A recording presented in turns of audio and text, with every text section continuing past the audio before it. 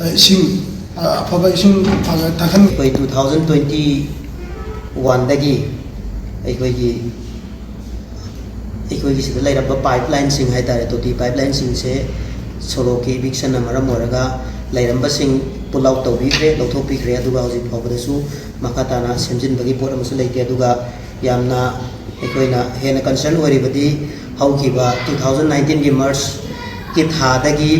जल जीवन मिशन की मखादा हर घर जल हाइदी safe drinking water portable drinking water to every household हाइरिबा सिगी सेंट्रल की स्कीम अमा अखोइदसु ऑलरेडी सरकार की साइड की लॉन्च तौरगा लाइखिबसे अखोइनसु थेंगनजरे हाइरिबसिगी ओइबदसु डिपार्टमेंट की साइड की लौकटफम थोकपा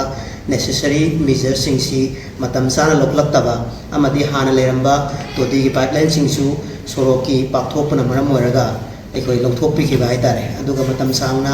अखोइगी लेरिबा लिरोंग बाजार अमदी उसरोपी की जगह लेरिबसिंग अमदी अदुगी एडजस्टमेंट लेरिबा खुल मयाम सिंगसिदा सेफ ड्रिंकिंग वाटर से थकप फंगदबगी अवाबसिना ngasi फाउबसिगी चैनुंगसिदा यामना वाना खांगा लाई हाइतारे हाइरिबा मयाम सिंगसी उजरगा अखोइदा हौखिबा तारीख 2026 दा मेमोरेंडम अमसु अखोइ ऑनरेबल चीफ मिनिस्टर दा थाजनखिबा लेरे कॉपी टू सी मरी लेनबा कंसर्न डिपार्टमेंट PHD अमदी लेरिबा थौबाल की डिप्यूटी कमिश्नर के ऑफिस से कोई ऑलरेडी ड्रॉप तौखरे अदुगा हाइरिबसिदगी ngasi फाउबसिगी चैनुंगसिदा करिगुंबा लेरिबा GAC की माइकेसिदा अखोइ सिगी फेवरेबल ओइबा रेस्पॉन्स अमा लाक्तबदगी अखोइना